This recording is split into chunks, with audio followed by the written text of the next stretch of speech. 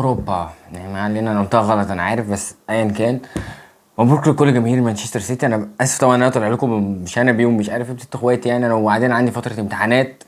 مش هنخش في تفاصيل. مبروك لجماهير مانشستر سيتي. مانشستر سيتي بطل لدوري ابطال اوروبا لعام 2023.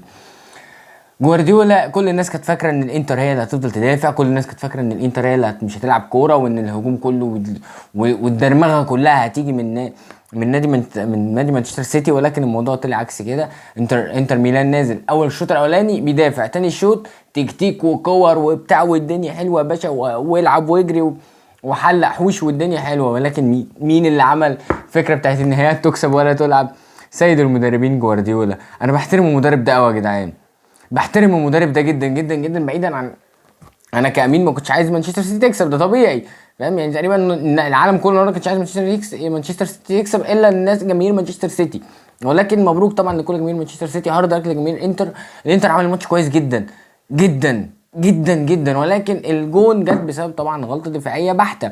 انا ما كتبتلكوش حاجه النهارده للاسف، لان انا فعلا في فتره امتحانات والدنيا صعبه. انا هطلع سريعا كده.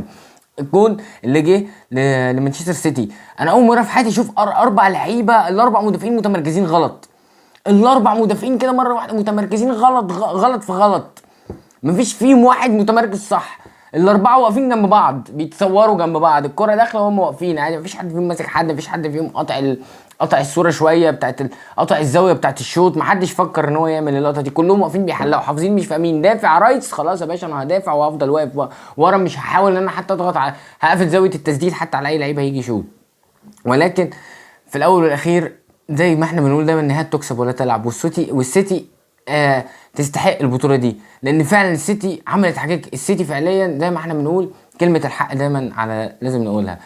مانشستر سيتي يا جماعه فريق كبير، فريق فعليا بيبني تاريخ واحده واحده، فريق معاه مدرب قوي قوي، فريق معاه شويه عناصر فظيعه. رغم ان انا النهارده من اول خروج دي بروين، الراجل ده انا صعبان عليا والله. كره القدم ليست عادله للراجل ده.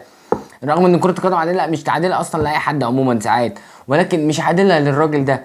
الراجل ده اول ما خرج السيتي ما كانتش عارفه تشم نفسها. راح جوارديولا قال لك ايه، خلاص يا باشا انا مش هلعب كوره، نزل لي فودن العب من قلب من جوه 1 2 3 وخلاص على كده، او من ناحيه الاجنحه من جريليتش او من عند فودن على اليمين، وخلص الموضوع على كده يا باشا. انا مش هلعب اكتر من كده، والنهايه تكسب ولا تلعب. اخطف جون من بعيد دش بوم طخ كده وخلص الموضوع ولعبها صح. هو ده مانشستر سيتي، وهو ده اللي يستحقه. مانشستر سيتي واخد دوري انجليزي. مانشستر سيتي السنه دي زي ما قلت لك واخد دوري انجليزي، الاف اي كاب، خدت الشامبيونز ليج، وكده هي وكده كده هتاخد كاس عالم للانديه.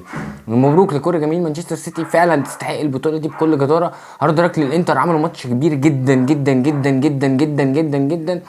ولكن ما عادي يعني، اصلا جماهير الانتر اعتقد ان هي ما كانتش متوقعه ان الفريق يوصل للحل ده، ولكن هي العشم بس.